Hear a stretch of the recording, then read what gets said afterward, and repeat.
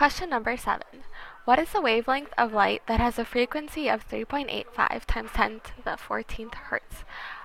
Well, just like our previous questions, we know that c equals f times lambda. And so if we want to solve for lambda, we're going to get c over f. So we plug in our constant for c, which is 3 times 10 to the 8th power. And then we plug in our frequency, which they gave up top in the question, which was 3.85 times 10 to the 14th hertz. And if you divide those two numbers, you'll get 7.79 times 10 to the negative 7th meters. And that's the end of the light part.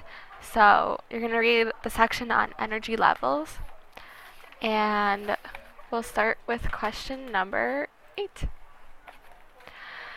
Does an electron need to absorb energy or give off energy to go from the second to the first energy level? Well, to get from the first to the second level, you should know that it takes energy. So if we're going back levels, then it gives off energy. So that kind of explains it. Yeah. Number 9. How is it possible for an electron to go from the third energy to the fourth energy level?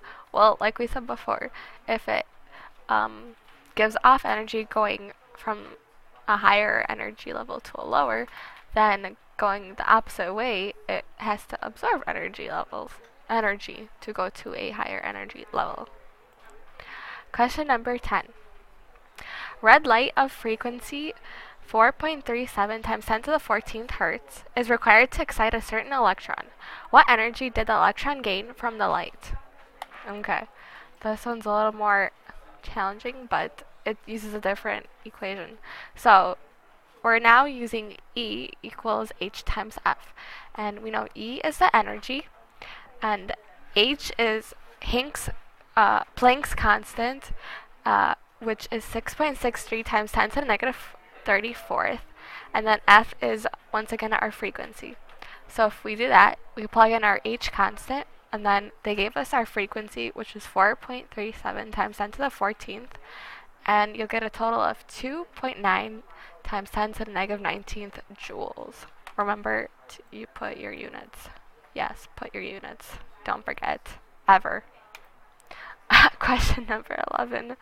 The energy difference between the first and the second energy levels in a certain atom is 5.01 times 10 to the negative 19th joules. What frequency of light is necessary to excite an electron in the first level?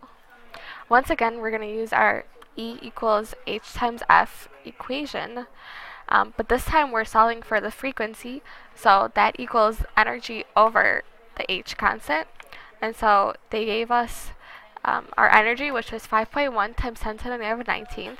And then we already know that H is a constant of 6.63 times 10 to the negative 34th.